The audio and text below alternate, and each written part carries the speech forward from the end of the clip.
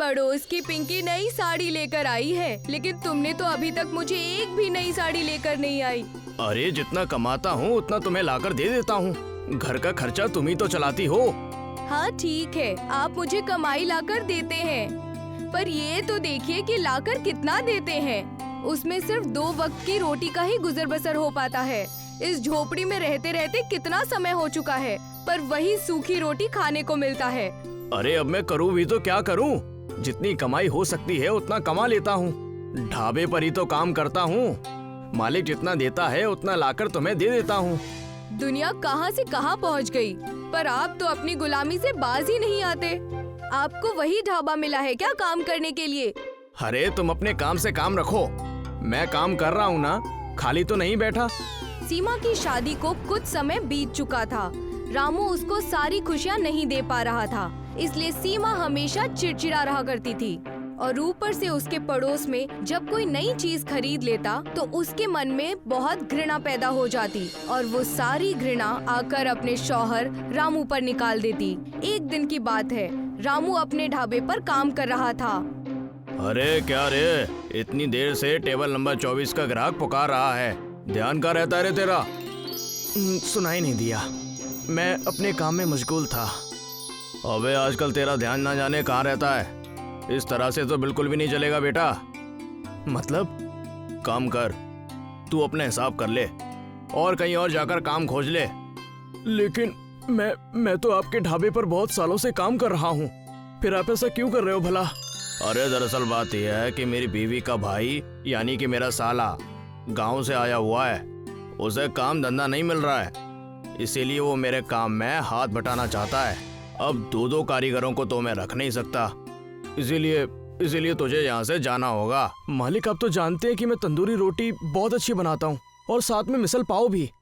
अरे मैं जानता हूँ, मिसल की वजह से ही मेरे यहाँ पर ग्राहकों की भीड़ लगी रहती है, पर अपने साले को भी मना नहीं कर सकता ना।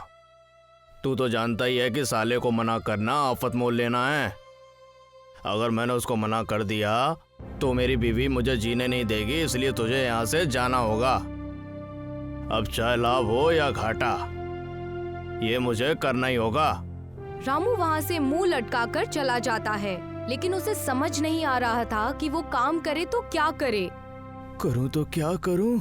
सीमा तो मुझसे वैसे ही लड़ती रहती है। घर के खर्चे के लिए उसके पास पैसे कम पड़ जाते हैं। अब अगर उसे पता चला कि मेरी नौकरी चली गई है तो जाने ना वो क्या करेगी। रामू वहाँ से उदास होकर निकल रहा होता है, तभी उसको वहाँ उसका बहुत पुराना दोस्त अमित मिलता है। अरे अमित, तू यहाँ? हाँ, मेरी नौकरी लग गई है, पर वो इस गांव से दूर है। तू बता ना, उदास होकर कहाँ जा रहा है? इतने वक्त बाद मिला है, फिर भी ऐसी हालत में। रामू उसको सारी बात बता देता है। देख यार, मेरे पास एक तंदूर रखा हुआ है जो किसी काम का नहीं है, और मुझे काम के सिलसिले में यहाँ से दूर जाना है। तो एक काम हो सकता है, तू मेरा तंदूर ले ले और अपना एक नया काम शुरू कर ले। ये तो तूने बहुत अच्छी बात कही। अगर मुझे तंदूर मिल जाए तो मैं मिसल पाव बनाकर बेच सकूंगा। चल ठीक है, मैं तुझे तंदूर दे देता हूँ। रामू अमित का तंदूर ले आता है और सीमा को अपनी बात बताता है। सीमा इस बात पर बेहद दुखी होती है कि उसकी नौकरी चली गई, पर अब वो बात समझकर रामू से कहती है, चिंता वाली बात तो है कि आपकी नौकरी चली गई, लेकिन अच्छी बात ये है कि आपको तंदूर मिल गया। ये लीजिए, मैंने कुछ पैसे जोड़ रखे थे। अरे अच्छा हुआ तुमने पैसे बचा कर रखे, आज यही पैसे हमारे काम आएंगे। मैं इन पैसों से मिसल बनाने का सामान लेकर आता हूँ। रामू उन पैसों से मिसल का सामान लेकर आता है, फिर वो मिसल बनाता है और बाजार में अपना एक ठेला लगाता है, लेकिन उसका एक भी मिसल पाव नहीं बिकता, जिसकी वजह से वो बेहद मायूस हो जाता है।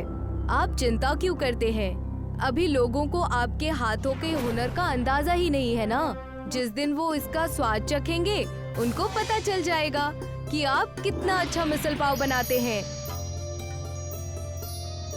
धीरे धीरे रामू के ठेले पर लोग आने लगते हैं और उन्हें तंदूरी मिसल पाव बहुत अच्छा लगता है। ये देखकर रामू और सीमा बेहद खुश हो जाते हैं। सीमा, तुमने सही कहा था। अगर मैं उस ढाबे पर रहता तो मैं इतनी तरक्की कभी नहीं कर पाता और मुझे पता ही नहीं चलता कि मेरे हाथों में भी हुनर है। मैं यूं ही आपसे थोड़ी ही लड़ती थी। मैं तो चाहती थी कि आप तरक्की करें। और देखिए, आज हर कोई आपके हाथ की तंदूरी मिसल पाव खा रहा है। मैंने ये काम एक ठेले से शुरू किया था और आज मेरे पास एक पक्की दुकान है और उस पर भी भीड़ लगी रहती है। ये देखकर बहुत खुशी होती है। रामू दिन ब दिन तरक्की किए जा रहा था। एक दिन उसके पास एक ग्राहक आया जो दिखने में सेठ लग रहा था। अरे भाई, सुना है कि तुम मिसल पाव बहुत ही अच्छे बनाते हो। क्या डालते हो उसमें? बस अपना प्यार डालता हूँ, वही सबको पसंद आता है। इस प्यार की हमें भी जरूरत है। मैं समझा नहीं। अरे भाई, अगले हफ्ते मेरी बेटी की शादी है और मैं चाहता हूँ कि तुम अपना तंदूरी मिसल पाव मेरी बेटी की शादी में बनाओ।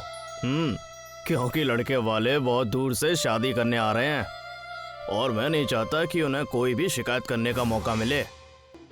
मैं भारत के सभी व्यंजनों को चुन चुन कर अपनी बेटी की शादी में रखना चाहता हूँ। अरे ये तो बहुत ही अच्छी बात है। मैं आपकी बेटी की शादी में अपना तंदूरी मिसल पाव जरूर बनाऊंगा, क्योंकि ये हमारी भारत की शान का सवाल है। ये मेरे लिए गर्व की बात होगी कि बाहर देश के लोग हमारे देश में खाना खाने आए और हमारे सभी व्यंजनों को पसंद करें। अरे इसलिए तो मैं देश के कोने कोने से चुनकर व्यंजनों की भरमार करना चाहता हूँ। उन्हें अपने भारत के मुलाजा कराना चाहता हूँ। आप चिंता ना कीजिए, मैं इसमें आपकी पूरी मदद करूंगा। रामू सेठ की लड़की की शादी में तंदूरी मिसल पाव बनाता है, जो कि शादी का एक केंद्र बन जाता है। सब उसका तंदूरी मिसल पाव बहुत पसंद करते हैं और तारीफों के पुल बांध देते हैं। अब रामू का धंधा बहुत दूर दूर तक फैलने लगा था और अब उसकी कई शहरों में दुकान बन गई थी।